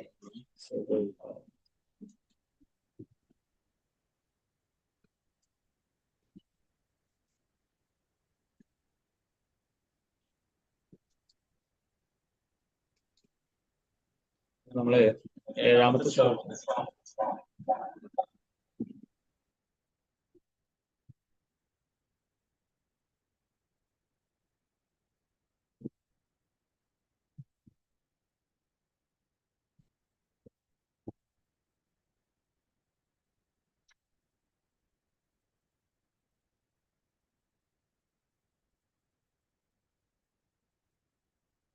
ക്ലാസ് കഴിഞ്ഞിട്ട്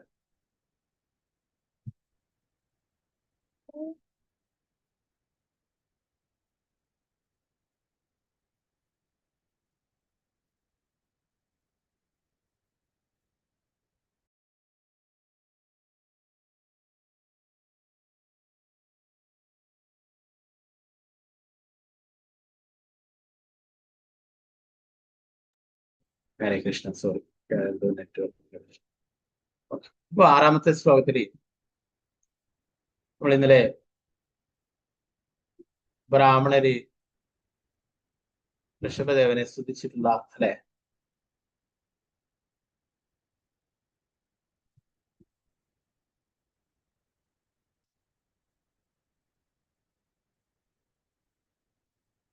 അല്ലയോ പരിശുദ്ധ മഹാരാജാവ്, നാഭി മഹാരാജാവിനെ സ്തുതിക്കുന്നതിന് പണ്ട് മുനിമാർ രണ്ട് ശ്ലോകങ്ങൾ ചിട്ടപ്പെടുത്തി. അവയിൽ ഒന്നിതാണ്: നാഭി മഹാരാജാവിന്റെ പരിപൂർണ്ണ നേടാൻ ആർക്കാണ് കഴിയുക? അവന്റെ കർമ്മങ്ങൾ നേടാൻ ആർക്കാണ് കഴിയുക? അവന്റെ ഭക്തി സേവനം മൂലം പരമദിവ്യകൃഷ്ണനായ ഭഗവാൻ അവന്റെ പുത്രനായി തീരാൻ. നാഭി മഹാരാജാവ്, ഋഷഭദേവന്റെ പിതാവായിട്ടുള്ള നാഭി മഹാരാജാവിനെ സ്തുതിച്ചിട്ടുള്ള രണ്ട് ശ്ലോകങ്ങൾ ചിട്ടപ്പെടുത്തിയിട്ടുണ്ടെന്ന് പറഞ്ഞു അല്ലെ. ആറാമത്തെ ശ്ലോകത്തില് അതിൽ ഒന്ന് പറയുകയുണ്ടായി. എന്താ പറയുന്നത്? ആർക്കാണ് നാഭി മഹാരാജാവിന്റെ പൂർണ്ണത നേടാൻ ആർക്കാണ് കഴിയുക? അവന്റെ കർമ്മങ്ങൾ നേടാൻ ആർക്കാണ് കഴിയുക? അവൻ ഭക്തിത സേവനം മൂലം പരമദിവ്യകൃഷ്ണനായ ഭഗവാൻ അവന്റെ പുത്രനായി തീരാമെന്ന് സമ്മതിച്ചു അല്ലെ. എല്ലാവർക്കും അങ്ങനെയുള്ള മഹാഭാഗ്യം ലഭിക്കില്ല അല്ലെ. നേരത്തെ പറഞ്ഞു, കഴിഞ്ഞ ക്ലാസ്സിലൊക്കെ നമ്മൾ ചർച്ച ചെയ്തു അല്ലെ. ഭഗവാനെ ഒരു സ്വന്തം പുത്രൻ എന്ന നിലയിൽ സ്നേഹത്തോടെ ലാളിക്കുകയുണ്ടായി എന്നുള്ള കാര്യങ്ങൾ അല്ലെ. അപ്പൊ ഇതെല്ലാവർക്കും ലഭിക്കുന്ന ഭാഗ്യമല്ല. അത്രയും ഭാഗ്യവാൻ ഇതിൽ പറഞ്ഞു അല്ലെ. അഹോഭാഗ്യം അല്ലെ. യശോദാമയെ കുറിച്ചും വൃന്ദാവനവാസികളെ കുറിച്ചും. അതുപോലെ ഇവിടെ മഹാഭാഗ്യവാനായിട്ടുള്ള വ്യക്തിയാണ് നാഭി മഹാരാജാവ് അല്ലെ. അതുകൊണ്ടാണ് പരമദിവ്യപുരുഷനായിട്ടുള്ള ഭഗവാനെ നേരിൽ കാണാനും ഭഗവാന്റെ അനുഗ്രഹം നേടാനും ഭഗവാൻ തന്നെ പുത്രനായിട്ട് വരാമെന്ന് സമ്മതിക്കുവാനോ അല്ലെ. ഭഗവാനെ പോലെ ഒരു പുത്രനാണ് പറഞ്ഞിട്ടുണ്ടായിരുന്നത് അല്ലെ. എന്നാൽ ഭഗവാനെ പോലെ ആരും തന്നെ ഇല്ല അല്ലെ. ഭഗവാനെ തുല്യനായിട്ടോ ഭഗവാനെക്കാളും ശ്രേഷ്ഠനായിട്ടോ ആരും തന്നെ ഇല്ല. അതുകൊണ്ട് ഭഗവാൻ തന്നെ സ്വയം വരും. രണ്ടാമത്തെ പ്രാർത്ഥന ഇതാ: നാഭി മഹാരാജാവിനേക്കാൾ ശ്രേഷ്ഠനായ ഒരു ബ്രാഹ്മണ ആരാധകൻ ആരാണ്? പരമദിവ്യത്വ പുരുഷനായിട്ടുള്ള ഭഗവാനെ ആരാധിക്കുകയുണ്ടായി അല്ലെ. അതുപോലെ തന്നെ ബ്രാഹ്മണരെ, അവിടെ വന്നിട്ടുള്ള പുരോഹിതന്മാരെ കുറിച്ചൊക്കെ പറഞ്ഞു. അവര് സാധാരണ ബ്രാഹ്മണരല്ല, ശ്രേഷ്ഠരായിട്ടുള്ള ഭഗവാന്റെ ശുദ്ധ ഭക്തന്മാരാണ് അല്ലെ. അതുകൊണ്ടാണ് അവരുടെ ആ പ്രാർത്ഥനകളിൽ സന്തുഷ്ടനായിട്ട് ഭഗവാൻ അവരുടെ മുന്നിൽ അവതരിച്ചിട്ടുള്ളത്. അവൻ യോഗ്യരായ ബ്രാഹ്മണരെ പൂർണ്ണ സംതൃപ്തനാകും വിധം ആരാധിച്ച ബ്രാഹ്മണർ അവരുടെ ബ്രാഹ്മണീയ വീര്യത്താൽ പരമദിവ്യത്വ പുരുഷനായ ഭഗവാൻ നാരായണനെ മഹാരാജാവ് നാവിക്ക് നേരിൽ കാണിച്ചു. അത് പൂർണ്ണമായിട്ടും ഭഗവാനെ സംതൃപ്തനാക്കുകയുണ്ടായി. അവരുടെ പ്രാർത്ഥനകള്, അവർ ചെയ്തിട്ടുള്ള ഭക്തിത സേവനങ്ങൾ അല്ലെ. നേരത്തെ പറഞ്ഞു, അവർ നൽകിയിട്ടുള്ള വലിയ യജ്ഞത്തില് സന്തുഷ്ടനായിട്ടൊന്നല്ല ഭഗവാൻ വന്നിട്ടുള്ളത് അല്ലെ. അവരുടെ പ്രാർത്ഥനകൾ, അവരുടെ ഭക്തിത സേവനങ്ങളിൽ സന്തുഷ്ടനായിട്ടാണ് ഭഗവാൻ വന്നിട്ടുണ്ടായിരുന്നത് അല്ലെ. അപ്പൊ പ്രഭുപാദരിവിടെ പറയുന്നു,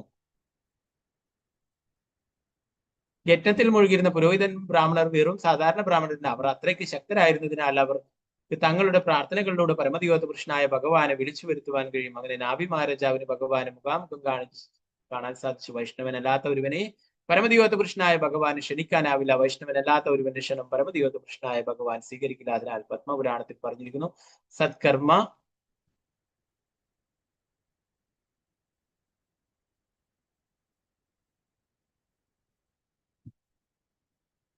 തത്കർമ്മ നിപുണോ വിപ്രോ മന്ത്രതന്ത്ര വിശാരദ അവൈഷ്ണവോ ഗുരു നസ്യാത് വൈഷ്ണവ സ്വപചോ ഗുരു. വൈദിക വിജ്ഞാനത്തിൽ എല്ലാ വിഷയങ്ങളും വിദഗ്ധനായ പണ്ഡിത ബ്രാഹ്മണനായാൽ പോലും അവനൊരു വൈഷ്ണവനായില്ലെങ്കിൽ ആധ്യാത്മിക ഗുരുവാകാൻ യോഗ്യനല്ല.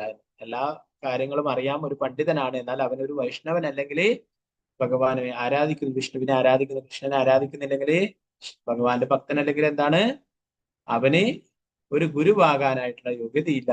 പക്ഷെ താഴ്ന്ന കുടുംബത്തിൽ ജനിച്ചവൻ സ്വപചവും അല്ലെ, ചണ്ടാല കുലത്തിൽ ജനിച്ചവനാണെങ്കിലും, ഏറ്റവും താഴ്ന്ന കുടുംബത്തിൽ ജനിച്ചവനാണെങ്കിലും അവൻ ഒരു വൈഷ്ണവനാകുന്ന പക്ഷം ആധ്യാത്മിക ഗുരുവായിട്ട് തീരാമോ.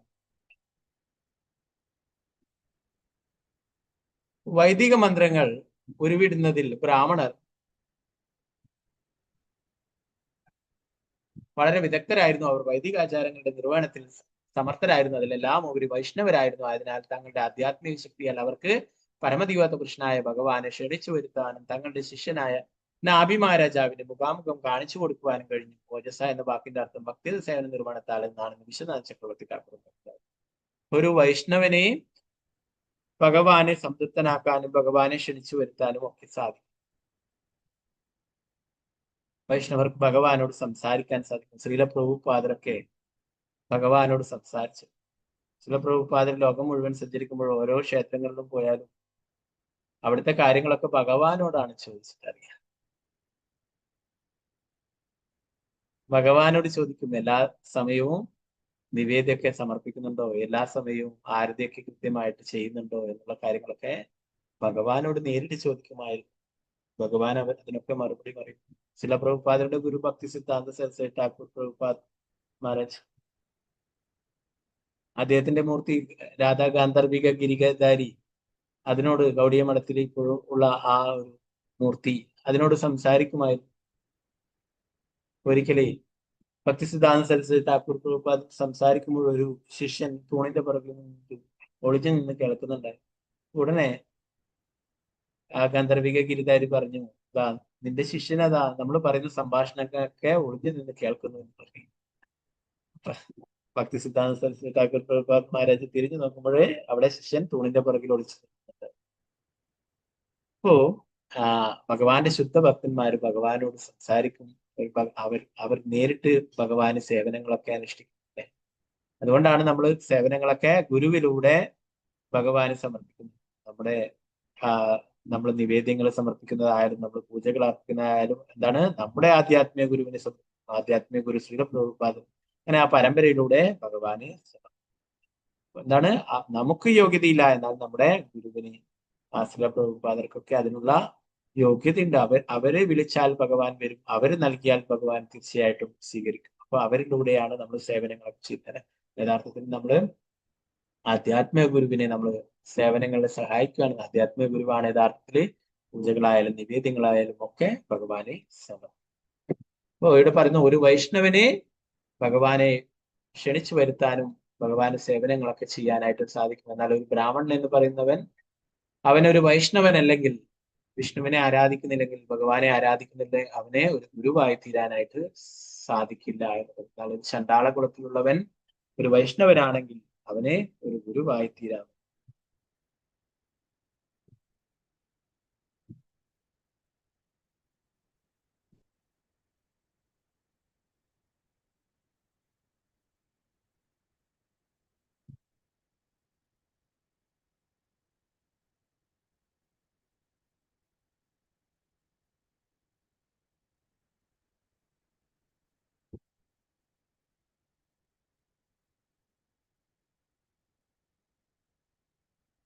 പിന്നീട് ഋഷഭദേവന് 100 പുത്രന്മാരുണ്ടായതിനെ കുറിച്ച് പറയുന്നു അല്ലെ. ജയന്തി എന്നായിരുന്നു അദ്ദേഹത്തിന്റെ പത്നിയുടെ പേരെന്ന് പറയുന്നു.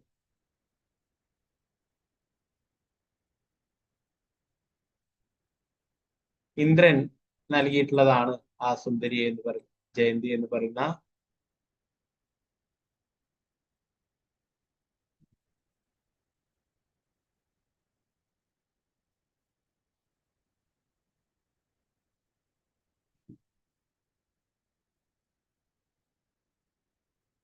നാഭി മഹാരാജാവ് ബദരികാശ്രമത്തിലേക്ക് വിട പറഞ്ഞ ശേഷം തന്റെ രാജ്യമാണ് തന്റെ പ്രവർത്തന മേഖലയിൽ പരമോന്നതനായ ഭഗവാൻ ഋഷഭദേവന്മാർ അദ്ദേഹം അതിനാൽ ആദ്യം ആധ്യാത്മിക ഗുരുക്കന്മാരുടെ നിർദ്ദേശങ്ങളനുസരിച്ച് ബ്രഹ്മചര്യം അനുഷ്ഠിച്ച് ഗൃഹസ്ഥ ജീവിതത്തിന്റെ ചുമതലകൾ നിർവഹിക്കേണ്ടത് എങ്ങനെയെന്ന് തന്നെ മാതൃകയാക്കി ജനങ്ങളെ പഠിപ്പിച്ചു. താൻ സ്വയം എങ്ങനെയാണ് ഒരു ബ്രഹ്മചരിയായി ജീവിക്കേണ്ടത്, അത് കഴിഞ്ഞിട്ട് ഗൃഹസ്ഥനായിട്ട് ജീവിക്കേണ്ടത്, ഇതൊക്കെ തന്റെ ജീവിതം മാതൃകയാക്കി ജനങ്ങളെ പഠിപ്പിച്ചു. അതുപോലെ തന്നെ ഗുരുകുലത്തിൽ പോവുകയും തന്റെ വിദ്യാഭ്യാസം പൂർത്തിയാക്കുകയും ഗുരുക്കന്മാർക്ക് ദക്ഷിണ നൽകിയ ശേഷം ഗൃഹസ്ഥ ജീവിതം സ്വീകരിക്കുകയും ചെയ്യും. സാക്ഷാൽ പരമദൈവത്വ പുരുഷനായിട്ടുള്ള ഭഗവാൻ തന്നെയാണ് ഋഷഭദേവനായിട്ട് വന്നിട്ടുള്ളത് അല്ലെ. ചുറ്റും ഇവിടെ ഒരു ഗുരുവിന്റെ കീഴിൽ വിദ്യ അഭ്യസിക്കുകയുണ്ടായി അല്ലെ. ഇതൊക്കെ എന്തിനാണ്? മറ്റുള്ളവരെ പഠിപ്പിക്കുവാൻ, കാണിച്ചു കൊടുക്കുവാൻ, ഉദാഹരണമായിട്ട് കാണിച്ചു കൊടുക്കുന്നത് അല്ലെ. നമ്മൾ നേരത്തെ കൃഷ്ണനും ബലരാമനും സാന്ദീപനും മുനിയുടെ ആശ്രമത്തിൽ പോയിട്ട് വിദ്യ അഭ്യസിക്കും അല്ലെ. എല്ലാ വിദ്യകളിലും അറിയുന്നവർ അല്ലെ. വേദേശു സർവേ രഹമേവ വേദ്യം വേദാന്ത വേദങ്ങളൊക്കെ എഴുതിയുള്ളതും എല്ലാ വേദങ്ങളിലൂടെയും അറിയേണ്ടതും എല്ലാ വേദങ്ങളും പൂർണ്ണമായിട്ടും അറിയുന്ന ഭഗവാൻ തന്നെയാണ് സാന്ദീപനി മുനിയുടെ ആശ്രമത്തിൽ പോയിട്ട് ഒരു ചെറിയ കുട്ടിയായിട്ട് കൃഷ്ണനും ബലരാമനും വിദ്യാഭ്യസിക്കുന്നത് അല്ലെ. അതുപോലെ ഇവിടെ ഋഷഭദേവൻ പരമദൈവത്വ പുരുഷനായിട്ടുള്ള ഭഗവാന്റെ തന്നെ അവതാരമാണെങ്കിലും ഗുരുകുലത്തിൽ പോയിട്ട് വിദ്യാഭ്യസിക്കുകയും ഗൃഹസ്ഥ ജീവിതം സ്വീകരിക്കും. അദ്ദേഹം ജയന്തി എന്നു പേരുള്ള പത്നിയെ സ്വീകരിക്കും. അവളിൽ തന്നെ പോലെ തന്നെ ശക്തിയും യോഗ്യതകളുമുള്ള 100 പുത്രന്മാരെ ജനിപ്പിക്കുകയും ചെയ്തു. ദേവലോക രാജാവായ ഇന്ദ്രനാൽ നൽകപ്പെട്ടതായിരുന്നു അദ്ദേഹത്തിന്റെ പത്നി ജയന്തി. ഋഷഭദേവൻ ജയന്തിയും ശ്രുതി ശാസ്ത്രങ്ങൾ ആജ്ഞാപിച്ചിട്ടുള്ള ആചാരകർമ്മങ്ങൾ അനുഷ്ഠിച്ച് ശ്രേഷ്ഠമായ രീതിയിൽ ഗൃഹസ്ഥ ജീവിതം നയിച്ചു. 100 പുത്രന്മാരുണ്ടായിരുന്നു. അവരൊക്കെ തന്നെ പോലെ തന്നെ ശക്തിമാന്മാരായിരുന്നു. ഋഷഭദേവനെ പോലെ തന്നെ ശക്തിമാന്മാരായിട്ടുള്ളതാണ്.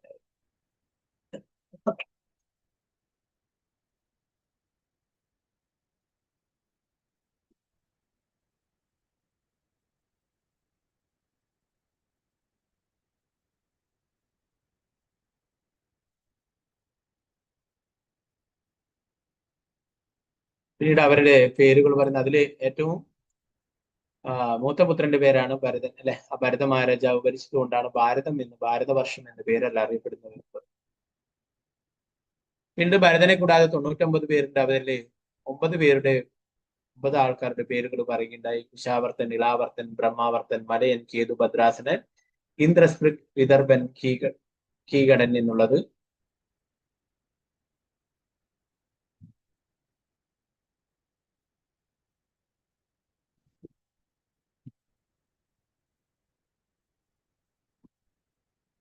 ഇവർക്ക് പുറമെ കവി, ഹവി, അന്തരീക്ഷൻ, പ്രബുദ്ധൻ, പിപ്പിലായനൻ, ആവിർഹോത്രൻ, ദ്രുമലൻ, ശമസൻ, കരഭാജൻ എന്നിവരും പുത്രന്മാരോ. അവർ വളരെ ശ്രേഷ്ഠരായ ഉന്നത ഭക്തരും ശ്രീമദ് ഭാഗവത്തിന്റെ പ്രാമാണികരായ പ്രചാരകരുമായിരുന്നു. മഹാഭാഗവതരായിരുന്നു പറയുന്നു ഇവരൊക്കെ. വാസുദേവനോട് പരമദിവസപുരുഷനായ ഭഗവാനോടുള്ള തീവ്രഭക്തി മൂലം ഈ ഭക്തന്മാർ പുകഴ്ത്തപ്പെടുന്നു.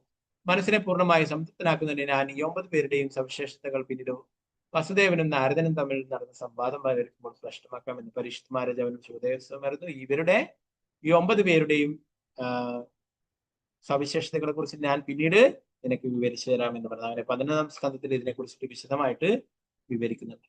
അപ്പൊ നേരത്തെ പറഞ്ഞു ഭരത മഹാരാജാവും 9 പിന്നീടുള്ള 9 പേരും അല്ലെ. അവര് ക്ഷത്രിയരായിട്ട് രാജ്യകാര്യങ്ങളൊക്കെ നിർവഹിച്ചു അല്ലെ. പിന്നീടുള്ള 9 പേര് മഹാഭാഗവതരായിരുന്നു.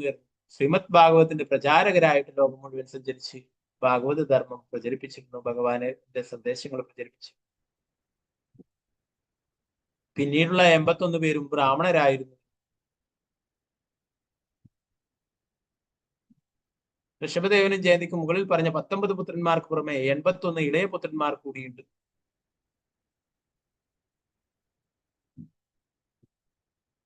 പിതാവിന്റെ ആജ്ഞാനുവർത്തികളായിരുന്ന അവർ ഉന്നത സംസ്കാരവും പെരുമാറ്റവും കർമ്മങ്ങളിൽ പരിശുദ്ധിയും വൈദിക ജ്ഞാനത്തിലും ആചാരനിഷ്ഠയും നൈപുണ്യവും ഉള്ളവരായിരുന്നു. അപ്രകാരം അവരെല്ലാം പരിപൂർണ യോഗ്യരായ ബ്രാഹ്മണരായിത്തീർന്നു. എന്താണ്? അവരൊക്കെ 81 പേരും പരിപൂർണ യോഗ്യതയുള്ള ബ്രാഹ്മണരായിരുന്നു. എല്ലാ വേദങ്ങളിലും എല്ലാ വൈദിക ജ്ഞാനത്തിലും ആചാരനിഷ്ഠയിലും നൈപുണ്യമുള്ളവരായിരുന്നു. ഇപ്പൊ പ്രഭാതരി ഇതിന്റെ ഭാവാർത്ഥം പറയുന്നു, ഗുണത്തിന്റെയും കർമ്മത്തിന്റെയും അടിസ്ഥാനത്തിലാണ് ജാതികൾ 4 വിഭാഗങ്ങളായി തിരിച്ചിരിക്കുന്നത് എന്നത് നമുക്ക് ഈ ശ്ലോകത്തിൽ നിന്നും മനസ്സിലാക്കാനായിട്ട് സാധിക്കുന്നു. ഋഷഭദേവൻ ഒരു ക്ഷത്രിയനായിരുന്നു. നാഭിമാരാജാവ് ക്ഷത്രിയനായിരുന്നു. അദ്ദേഹത്തിന്റെ പുത്രനാണ് അല്ലെ. നാഭിമാരാജാവിന്റെയും മേരുദേവിയുടെ പുത്രനായിട്ടാണ് അവതരിച്ചിട്ടുള്ളത്. അപ്പോൾ അദ്ദേഹത്തിന് 100 പുത്രന്മാരുന്നു. അവരിൽ 10 പേർ ക്ഷത്രിയ കർമ്മങ്ങളിൽ മുഴുകി. ഭരതമഹാരാജാവും പിന്നീടുള്ള 9 പേരും. അങ്ങനെ ആദ്യത്തെ 10 പേര് ക്ഷത്രിയന്റെ ധർമ്മങ്ങൾ അനുഷ്ഠിക്കുകയുണ്ടായി, ക്ഷത്രിയന്റെ കർമ്മങ്ങൾ അനുഷ്ഠിക്കുകയുണ്ടായി, ലോകം ഭരിക്കുകയുണ്ടായി. പിന്നീടുള്ള 9 പുത്രന്മാരും ശ്രീമദ് ഭാഗവതത്തിന്റെ പ്രചാരകരായി, അവര് ശുദ്ധഭക്തന്മാരായി, വൈഷ്ണവരായിട്ട് ബ്രാഹ്മണരുടെ പദവിക്കും മീതെയായിരുന്നു എന്ന് സൂചിപ്പിക്കുന്നു. പിന്നീടുള്ള 9 പുത്രന്മാരിൽ 10 പേര് രാജ്യഭരണങ്ങൾ ഏറ്റെടുത്ത് ക്ഷത്രിയന്റെ ചുമതലകൾ നിർവഹിച്ചു. പിന്നീടുള്ള 9 പേരും മഹാഭാഗവതരായിരുന്നു. അവര് ബ്രാഹ്മണരെക്കാളും ഉയർന്ന പദവിയിലുള്ളവരായിരുന്നു, വൈഷ്ണവരായിരുന്നു, ശുദ്ധഭക്തന്മാരായിരുന്നു. ബാക്കി 81 പുത്രന്മാരും ഉന്നത യോഗ്യതകളുള്ള ബ്രാഹ്മണരായി. ഒരുവൻ ജന്മം കൊണ്ടല്ലാതെ യോഗ്യത കൊണ്ട് എങ്ങനെ ചില ധർമ്മങ്ങൾ അനുഷ്ഠിക്കുവാൻ കഴിയുന്നതിന് പ്രായോഗിക ദൃഷ്ടാന്തങ്ങളാണ് ഇവയൊക്കെ. ഋഷഭദേവ മഹാരാജാവിന്റെ ഈ പുത്രന്മാരെല്ലാം ജന്മം കൊണ്ട് ക്ഷത്രിയരായിരുന്നു. പക്ഷെ യോഗ്യത കൊണ്ട് അവരിൽ ചിലർ ക്ഷത്രിയരും ചിലർ ബ്രാഹ്മണരുമായി തീർന്നു. 9 പേർ ശ്രീമദ് ഭാഗവത പ്രചാരകർ, ഭാഗവത ധർമ്മദർശന ആയിത്തീർന്നു. അവർ ക്ഷത്രിയർക്കും ബ്രാഹ്മണർക്കും ഉപരിയിലായി എന്നാണ് ഇതിനർത്ഥം. ഒരു വൈഷ്ണവന്റെ സ്ഥാനം, ഒരു ശുദ്ധഭക്തന്റെ സ്ഥാനം ബ്രാഹ്മണർക്കും മേലെയാണ്. ചില പ്രഭുപാദരെ പോലുള്ള ശുദ്ധഭക്തന്മാർ.